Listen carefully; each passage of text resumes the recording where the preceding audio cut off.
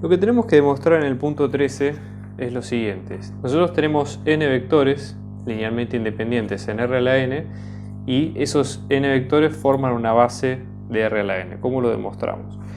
Bueno, la idea es la siguiente. Vamos a tomar algunos axiomas que vimos en la parte anterior, ¿sí? Es decir, en unidades anteriores, en el CBC y demás, y aplicarlos en este caso puntual. Entonces, si nosotros tenemos un subespacio de dimensión finita Rn, que en este caso es R a la n, ¿sí?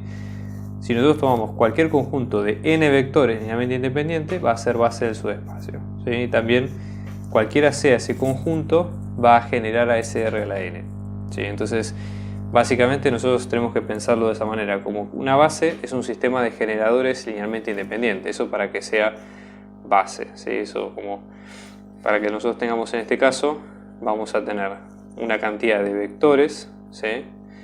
Que van a ser Li, ¿sí? Que por lo tanto todo elemento perteneciente a un subconjunto se puede escribir como una combinación lineal de los elementos de esa base, ¿sí? Eso para tener una idea.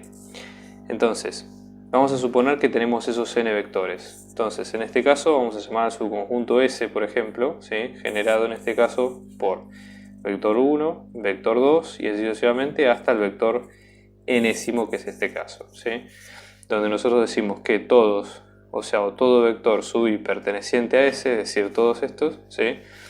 Todos los vectores son, en este caso, linealmente independientes, ¿sí?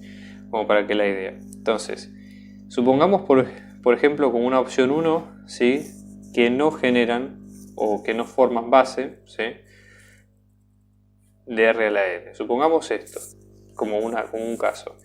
Si nosotros vemos que no son base de R a la n, ¿sí? no generan todo R a la n, porque justamente esa es la definición de la base, que se genere todo R a la n, ¿sí? Y tiene que existir uno o más vectores, vamos a llamarles vectores B, ¿sí? Pertenecientes a R a la n, que no sea una combinación lineal de estos que están acá, o sea que sea linealmente independiente también.'Entonces vamos a tener a S', si quieren vamos a extender ese subconjunto, pero ahora ya con los mismos vectores que teníamos antes, B1, B2 y así hasta B sub n, y ahora le agregamos el vector B, ¿sí? Entonces, rebobinemos. Suponemos que tenemos n vectores en el conjunto que son linealmente independientes, y la primera suposición es que no son base, que es decir, que no tenemos elementos suficientes para probar que son base de R a la n, ¿sí? Entonces debería haber uno más, acá podemos poner B1, B2, los que quieran, que hacen que esto también sea linealmente independiente. Entonces también de vuelta todo B sub i perteneciente a S', ¿sí? En este caso, o todos son linealmente independientes, como por ejemplo. Entonces, eso por un lado, ¿sí? Entonces ese subespacio nuevo, S', ¿sí? Si son todos linealmente independientes, nosotros por ejemplo, que tomamos en el caso de tener un solo vector más, en este caso la dimensión de S' va a ser de n, que es la cantidad esta, más el vector nuevo, ¿sí? Si tenemos dos vectores va a ser n más 2, si tenemos tres vectores nuevos va a ser n más 3 y así sucesivamente. Ahora, esto se contradice porque fíjense, nosotros tenemos un subespacio con una dimensión mayor que el espacio grande que lo genera, es decir, pensémoslo con diagramas de Bell. Si esto es R a la n, todo subespacio incluido en R a la n tiene que ser de dimensión menor o igual a R a la n. ¿Sí? Inclusive esto es hasta lo podemos probar si quieren por teorema de la definición y demás. Entonces, como esto es absurdo, ¿sí? La conclusión que nosotros tenemos es que si nosotros tenemos un subconjunto de n vectores, como es en este caso, y son Li, y S está incluido en R a la n, ¿sí?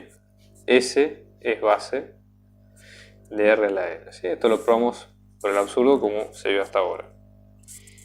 ¿Qué es lo que pasa en el caso de qué es lo que tenemos que demostrar ahora? En este caso tenemos que todo conjunto de n vectores que generan R a la n forman base de R a la n. Fíjense que en este caso el enunciado A y el enunciado B nosotros diríamos que no son recíprocos, es decir, no se pueden leer en forma al derecho y al revés de la misma manera, ¿ok? Por eso justamente tenemos que demostrar los dos. Si nosotros vemos que esto hay que leerlo de izquierda a derecha, es decir, se tiene que cumplir la primera condición, la consecuencia es lo que viene después. Pues esto parece muy elemental, pero es clave para entender qué es lo que pasa, ¿no? Fíjense, si nosotros tenemos n vectores que generan R a la n, ¿sí? Supongamos el caso de que son, nosotros tenemos, voy a volver a usar la misma nomenclatura que antes, S, ¿no? Donde tenemos B1 hasta B sub n, ¿no? Todo el conjunto de vectores, y en este caso generan R a la n. Entonces, vamos a suponer que no son base de R a la n. Es decir, no son base. Si algo no es base, contradice que sean vectores linealmente independientes. Con lo cual, no son linealmente independientes. Si no son linealmente dependientes, ¿qué son? Linealmente dependientes. Entonces, debe haber uno o más vectores que van a ser combinación lineal de estos R a la n que van a estar incluidos en ese conjunto. Entonces, supongamos que tenemos que el enésimo vector B sub n es combinación lineal de todos los otros, ¿sí? Es decir, de B sub 1 hasta el anterior, ¿no? B de n menos 1. Y esto pasa a ser una base linealmente independiente, porque sacamos el que era combinación lineal. Uno o más podemos sacar, depende de los que sean, ¿no? Entonces, como esto queda linealmente independiente, pero es de aquí que la dimensión de este nuevo subconjunto S', que va a estar puesto por B1 hasta el n menos 1, esta dimensión va a ser menor que la dimensión del R a la n. Por lo tanto, contradice con lo que dijimos al principio. Es decir, ¿cuál es la lógica de esto? Si la lógica correcta, ¿no? Corrigiendo esto que está acá. Si S está formado por n vectores y generan R a la n, entonces son base, son linealmente independientes. ¿Sí? Entonces esa es la condición, en este caso, que hay que cumplir para que esto se cumpla. ¿Ok?